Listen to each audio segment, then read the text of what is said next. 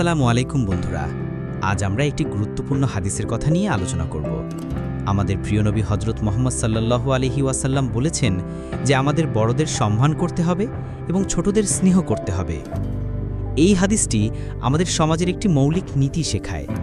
ভাবুন তো, আমাদের চারপাশে কত বয়স্ক মানুষ আছেন যারা তাদের জীবনের অভিজ্ঞতা দিয়ে আমাদের পথ দেখান। তাদের প্রতি সম্মান দেখানো শুধু ইসলামী শিক্ষাই নয়, এটি মানবিক মূল্যবোধেরও একটি অংশ। আবার ছোটদের প্রতি স্নেহ প্রদর্শন করা আমাদের দায়িত্বের মধ্যে পড়ে।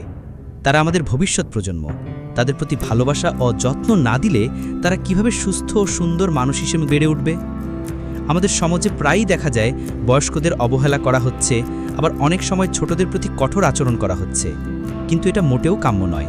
বড়দের সম্মান করার মাধ্যমে আমরা তাদের জ্ঞান ও অভিজ্ঞতা থেকে শিখতে পারি, আর ছোটদের স্নেহ করার মাধ্যমে তাদের মধ্যে আত্মবিশ্বাস ও ভালোবাসার বীজ বপন করতে পারি। এই হাদিসটি মূলত একটি সুন্দর সামাজিক ব্যবস্থার দিকে ইঙ্গিত করে, যেখানে বড় ছোট সবাই একে অপরের প্রতি শ্রদ্ধাশীল ও স্নেহপরায়ণ। এমন একটি সমাজ গড়ে তোলা আমাদের সকলের দায়িত্ব।